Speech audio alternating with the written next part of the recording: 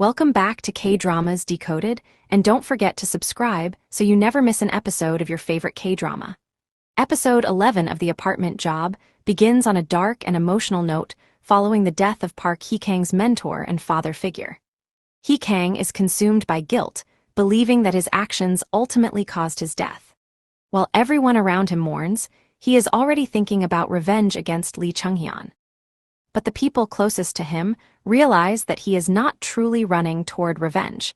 He is running away from the pain of facing the man who treated him like a son. One of them confronts Hee-kang and tells him the truth. Dying while chasing revenge would be easy, but staying behind, grieving and continuing to live is much harder. He reminds Hee-kang that the person who died never wanted him to throw his own life away. Instead, Hee-kang needs to face Lee Chung-hyun and make him pay properly. The words finally reach him, giving Hee-kang a reason to keep fighting. Meanwhile, Lee Chung-hyun is dealing with a completely different problem. Tigoan Construction is facing a massive public backlash after the discovery of its shoddy construction practices. Rather than accepting responsibility, Chung-hyun comes up with a ruthless strategy. He decides to slash the prices of apartments in the new Oman New Town development and market them as incredibly affordable, high-quality homes. He even plans to hire famous celebrities to promote them. The strategy works far better than expected. Despite the controversy, people become obsessed with the chance to buy what they see as a lottery apartment. The new development receives an astonishing number of applications, and Tigoan's stock price rises. Chung-hyun successfully turns public anger into public greed. But Hee-kang and his allies understand exactly what is happening. The public may have forgotten the construction scandal because of the cheap apartments, but Hee-kang knows Chung-hyun cannot simply be allowed to escape. At the same time, Chung-hyun strengthens his political protection. He welcomes powerful figures into his inner circle, including senior officials and the police chief. Anyone who could potentially investigate him is either bribed, threatened, or brought under his control. The message is clear. Chung-hyun has built an enormous network of protection around himself. One of his biggest moves is targeting the Residents Association representative, who has been publicly criticizing Tigoan. Chung-hyun offers her a luxurious penthouse in exchange for convincing residents that Tigoan will compensate them. However, she refuses to be bought. Instead, she confronts him directly, pointing out that the money he stole from the residents is worth far more than a single penthouse. She makes it clear that she knows exactly what he has done and sends him away humiliated. Hee-kang then discovers another crucial clue. Tigoan's hidden money is being moved through a tree farm called Tigoan. The location is heavily protected, with security systems and professional guards, making a direct break-in nearly impossible. So Hee-kang's team comes up with a much smarter plan. If they cannot get inside, they will force the people inside to come out. They flood the authorities with anonymous reports accusing Tigoan of illegal dumping, dangerous chemicals, drugs, and even human remains. The reports create such a huge commotion that officials are forced to investigate. Eventually, government inspectors arrive at the supposedly ordinary tree farm. But when Hee-kang's team enters, they discover something much darker. The trees at Tigoan have name plaques attached to them. The names belong to people who mysteriously disappeared or fled the country years earlier. Among them are a former Tigoan finance executive, a missing politician, and a journalist.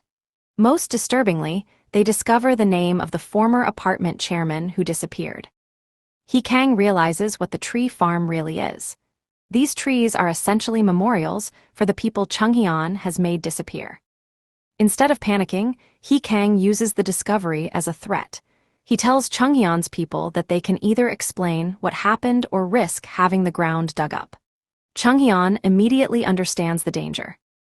Rather than leaving evidence behind, Chung-hyun orders his men to remove the soil and relocate everything connected to the tree farm. Hee-kang's team realizes they have forced Chung-hyun to move something extremely important, and that gives them a chance to follow it. The group launches a surveillance operation and follows a convoy carrying the hidden material. Several vehicles leave the location, but Hee-kang has anticipated that they might use decoys. The first cars are deliberately sent in different directions to confuse anyone following them. Eventually, He Kang's team identifies the real vehicle. It heads directly toward True Valley, the apartment complex. The team follows the vehicle into the complex, but when they arrive, the person they are looking for is nowhere to be found. They realize the money or evidence has been hidden somewhere inside one of the complex's thousands of apartments. With nearly 9,800 households, finding one particular hiding place seems impossible. But the team refuses to give up. Instead of searching randomly, they analyze the residents and look for apartments that have unusually low water and electricity usage. They narrow the possibilities down until only a few suspicious units remain. Eventually, they identify apartment 2903, belonging to Seo Kang-hoon. The team breaks inside and discovers exactly what they were looking for: stacks upon stacks of cash. They realize that the money includes the 178 billion won that had been stolen from the apartment residents. However, there is an immediate problem. They cannot simply hand the money over to the police. Lee Chung-hyun has connections inside law enforcement, and the existing financial records do not directly connect him to the theft. If they follow the normal legal procedure, the money could disappear again, and Chung-hyun could escape responsibility. So they come up with another plan. They decide to publicly expose the money as the residents' stolen maintenance funds. The apartment manager and other insiders will make a public confession, claiming that the money was taken from the residents and has now been recovered. By putting the 178 billion won directly in front of all 9,800 residents, they create thousands of witnesses. If Chung-hyun tries to claim that the money belongs to him, he risks exposing himself as the person behind the embezzlement and the disappearance of the former chairman. Before the confrontation, Hee Kang also shares a quieter moment with Ha-young.